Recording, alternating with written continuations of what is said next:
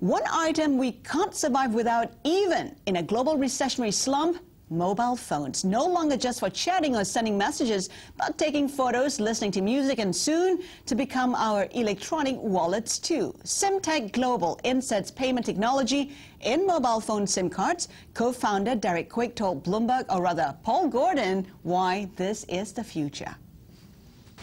It's not just about mobile payments. There are many, many other types of value applications that can be put onto the SIM card. Mobile payments is only one part of it. The other ones that can be put on there are electronic door access, coupons, loyalty programs, identification cards, and also advertisements. But the focus is on mobile payment at the moment, presumably because that's where it's easiest to make money, correct? Well, that is the one that I think consumers understand the most. I think if you look at even before the mobile payment applications were able to be put onto mobile phones, we started with the smart card. And the smart card began somewhere in the late 80s, and then it sort of became more prevalent during the 90s, and we really didn't see it full force until early 2000. So the market really hasn't had to experience doing digital payments until in the past 8-9 years.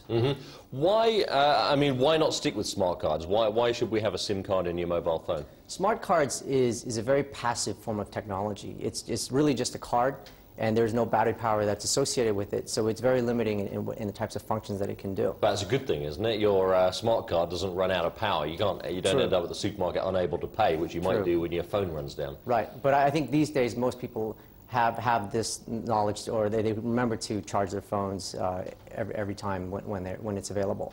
But having a SIM card that's powered by the battery on the phone actually enables the consumer to do many, many more types of applications.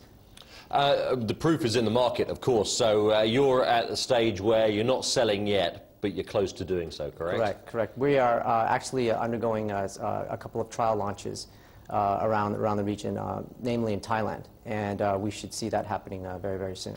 And what would the structure be? I mean, would you get a fee for the card? Each card sold, you get a certain amount of money, or would it be a revenue sharing deal, or what? Sure. We've looked at many different types of models. I think many companies are looking to see, well, should we position ourselves as a seller of hardware? But again, if you do that, then your margins are very thin. If you look at positioning yourself as a software provider, then there's a licensing fee you can take from that. So we're looking at being a hybrid of both. You actually buy blank SIM cards and you stamp your own technology onto the other side of the SIM card. Do you actually have to do that yourself, or would you contract that out? No, we contract that out. And is that an expensive process?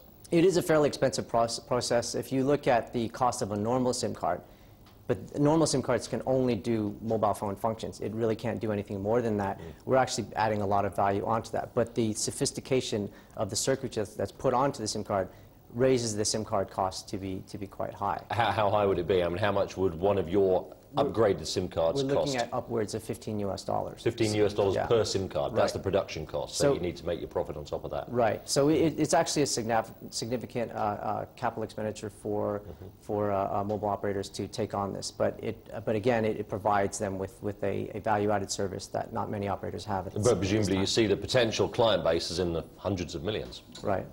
Are there other players out there trying to take a share of this market? There are many different types of technologies out there, but there isn't really a prevailing standard yet.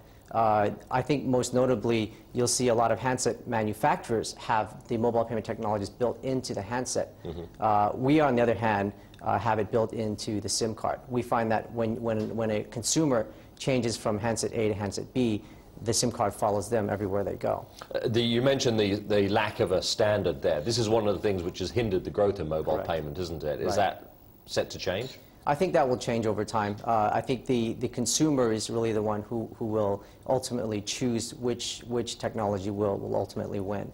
I think for the consumer, the need to have to spend a few $100 US to go out and buy a new handset is actually a more expensive proposition, because you have to be able to buy a handset that has mobile payment technology that's built into it. So to switch from one to another costs money. Whereas if you were able to just use your existing phone in your pocket and use our SIM card today, then there's no cost to you.